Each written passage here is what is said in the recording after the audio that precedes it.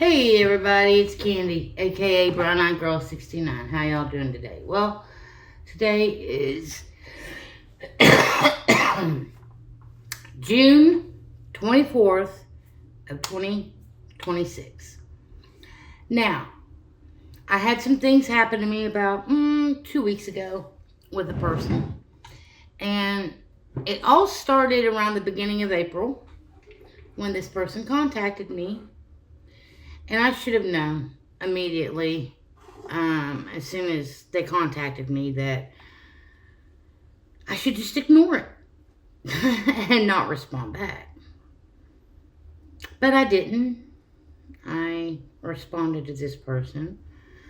Being that the empathetic person I am, I responded back with an apologetic nature because this person, when they first contacted me,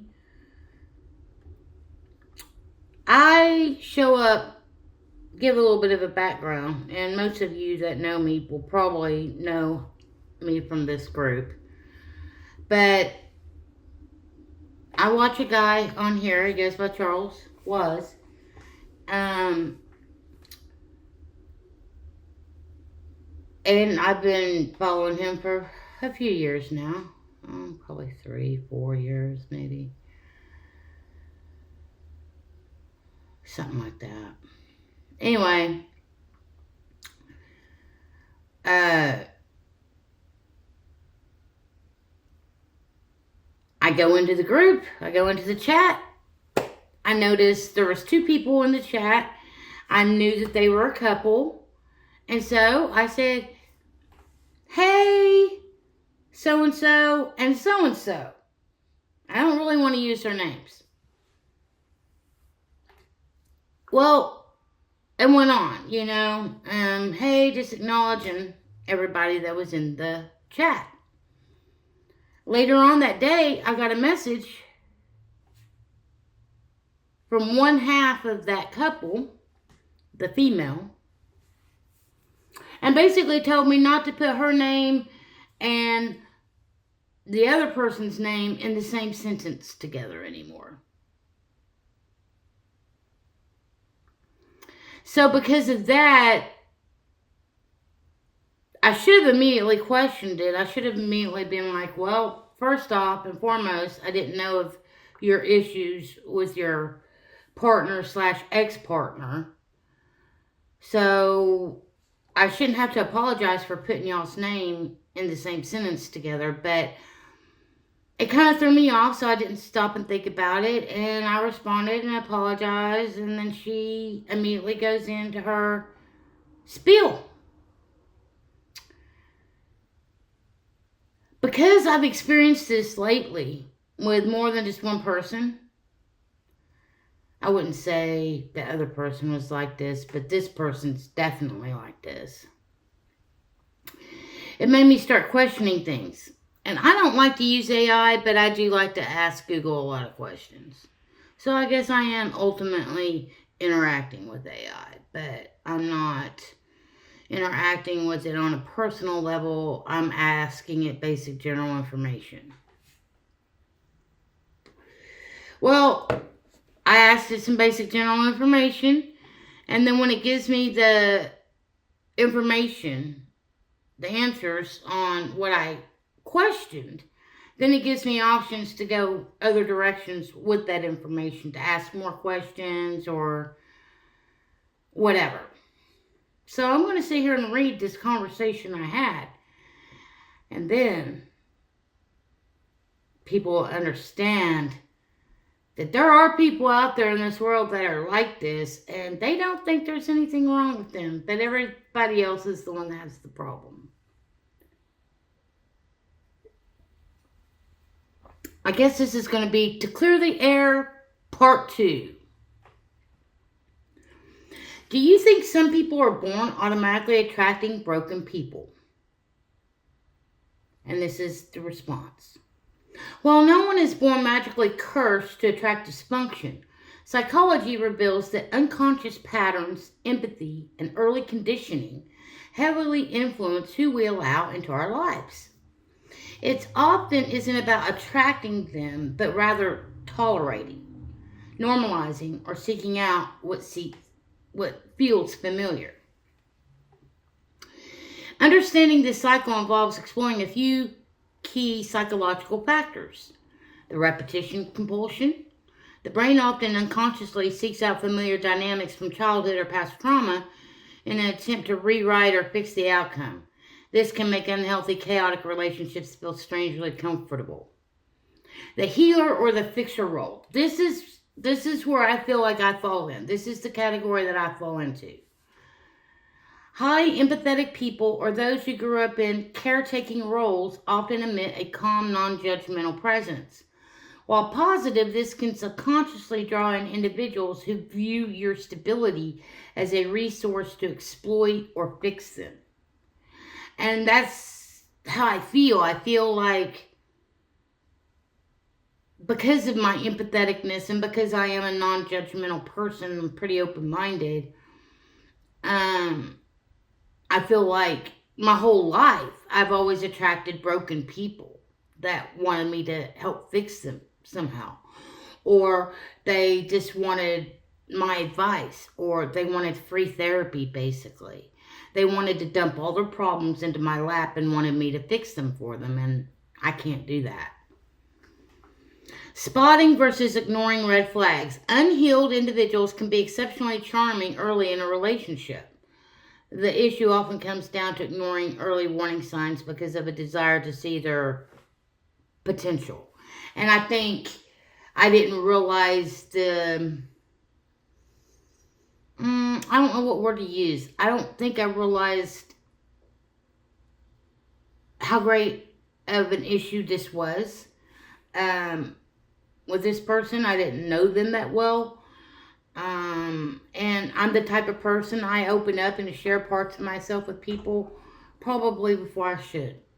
So that's on me. That's not on them. That's on me. I take personal responsibility for all of my words and all of my actions. Breaking this cycle is highly actionable. Learn to evaluate your relationship readiness and set boundaries using tools like this. If you want, tell me more about what specific behaviors or types you're running into, how early in a relationship you usually start noticing red flags, or what your ideal boundary would look like. I can help you build a concrete strategy to spot some of these dynamics early and pivot toward healthier connections.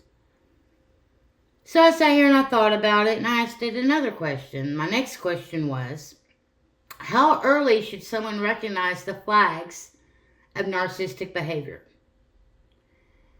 You can and should recognize the flags of narcissistic behavior within the first few interactions or even on a first date. While a clinical diagnosis of narcissistic personality disorder, NPD, requires long-term observation by a professional, the behavioral patterns are transactional and present from the very beginning. You do not need to wait for the mask to slip months down the line to spot them. Timeline of early behavioral clues. Hour 1, first meeting, the conversation monopoly. They dominate the dialogue, frequently interrupt you, or redirect every topic back to their achievements. They use conversation as a tool to extract immediate admiration. Okay. I'm going to read some of these and then I'm going to go back and explain, or I might explain as I'm reading them. Day 1, first date, the slippery narrative. They paint all their exes or former business partners as crazy or malicious, taking zero accountability for past failures. So that's what they do. And this is what this person was doing it. What the behavior looks like and why they do it. They do it because their fragile ego cannot absorb personal fault or perceived rejection. Love bombing and fast tracking. They shower you with intense compliments, claim you are the one, and try to rush commitment or lifestyle integration. Yes, this person was basically messaging me every day. Every morning when I woke up, I had a message from this person. This person would send me messages throughout the day, even if they knew I was busy doing something else. And so those behaviors started making me question. But I didn't want to think that this person was a narcissist. I didn't want to think that this person was like that. But as time went on, it became very apparent that this person was the narcissist. That the person that they were talking to me about is not the narcissist at all. And I'm grateful that something got sparked inside of me. But I'll let you know what happened and as to why I'm no longer a friend with that person or involved with that person and will never see or speak to that person again. They show you, okay. So rushing the timeline knocks you into the relationship before you notice their flaws. And that's pretty much what happened to me. She immediately was just like talking to me, trying to get me on her side, before she started doing too much complaining about her ex-partner. And that's within the week 1 to 2 stages of your friendship/relationship. By month 1, the initial conflict, and I would say yes, it was probably within the first month. If you set a minor boundary or offer mild criticism, they respond with flash anger as a sarcastic eye roll or the silent treatment. Any boundary or critique to a narcissist is perceived as a direct threat to their inflated self-worth. And I felt like I was always walking on eggshells with this person. I felt like I was consistently having to watch what I was going to say, because if I didn't watch what I said, this person would get pissed off. And that's when I started realizing, Candy, I think you've been drawn into something that you shouldn't have allowed yourself to get drawn into. Now,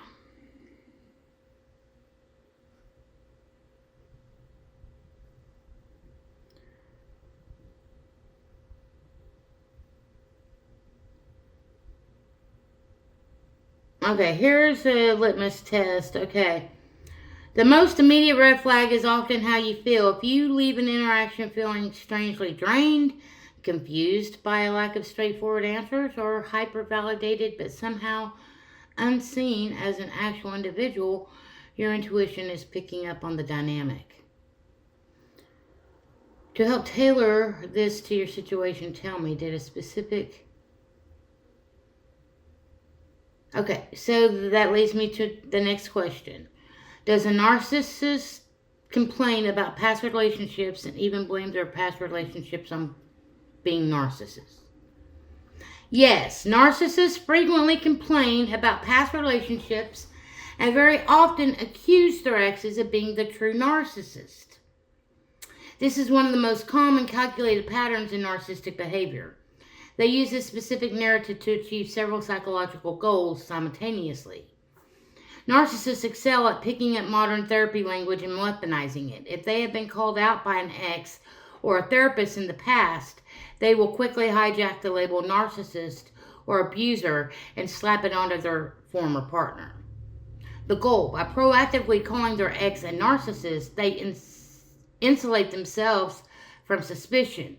If you eventually try to call them out for narcissistic behavior, they will frame it as, see, you're doing exactly what my abusive narcissistic ex used to do to me. And that's exactly what this person did to me. As soon as I said, hey, I don't think we need to be talking about your ex every day. I don't really need to hear you complain about him over and over and over. I don't need the repetitive complaints. I know what your issue with him is. I know what you claim he is, but I don't see it. Others don't see it. So why are you trying so hard to convince me that your ex is a narcissist? Because he's not. And the truth of the matter is, she's the narcissist.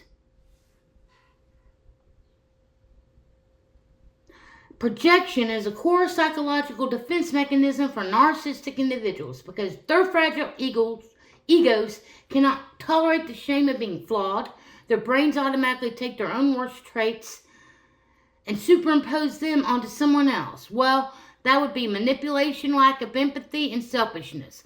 And I can say without a doubt, this person is 100% a narcissist, and that's it. I probably will call her name out at the very end of this because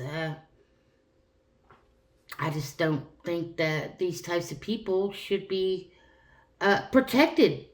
Why? They're the ones that have the mental issue. They're the ones that have the problem. And it's those types of people that I always seem to attract. But now, Candy's paying a little bit more attention because Candy doesn't have time to waste. Candy's getting too old, and Candy doesn't have time for games, bullshit, high school drama crap, okay? I'm an adult. If you're an adult, act like it.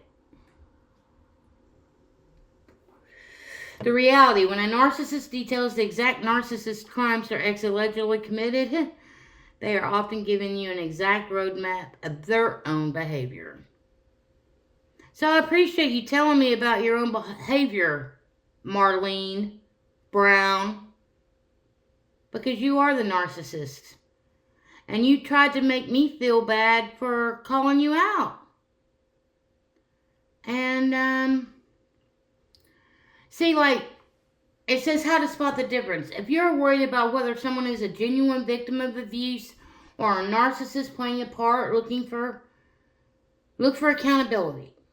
A healthy person who survived a toxic relationship will usually say, it was a really unhealthy dynamic. I stayed too long. I ignored my boundaries.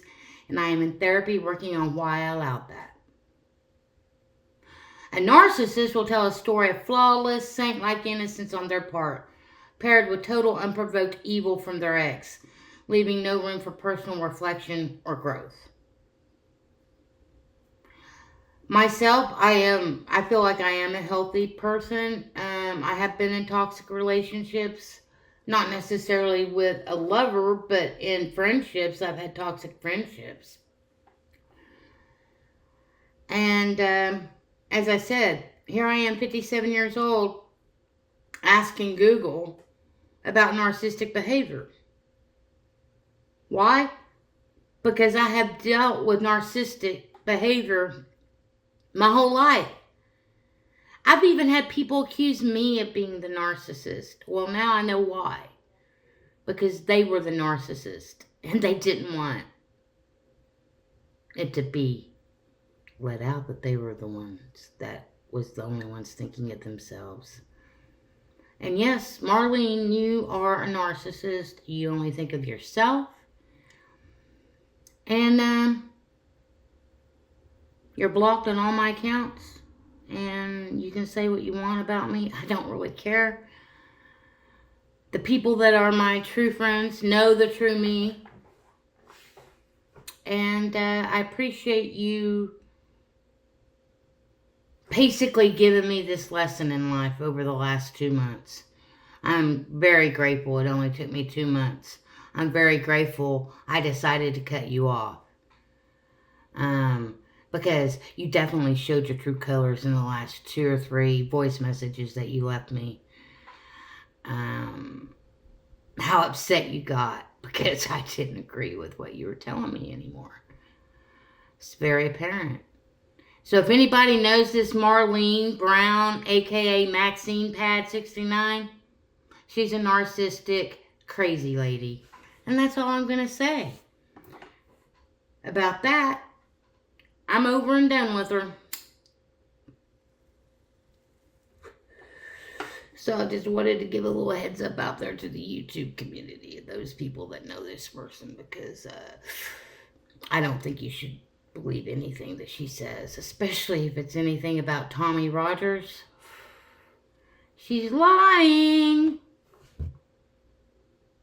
I love you, brother Tommy. That's why I made this video and putting out the truth, because I think it's bullshit that insecure women lay all their crap and try to project all their issues onto their current partners, their ex-partners, or even friends that they try to befriend just so they can continue their narcissistic behavior. So this is the main reason why I made this video, is to call people like this out that have this type of behavior. It's not healthy, it's not right, and it needs to be addressed. Thank you for listening. Thank you for coming to Candy's Talk. Peace, love, hugs, and nugs.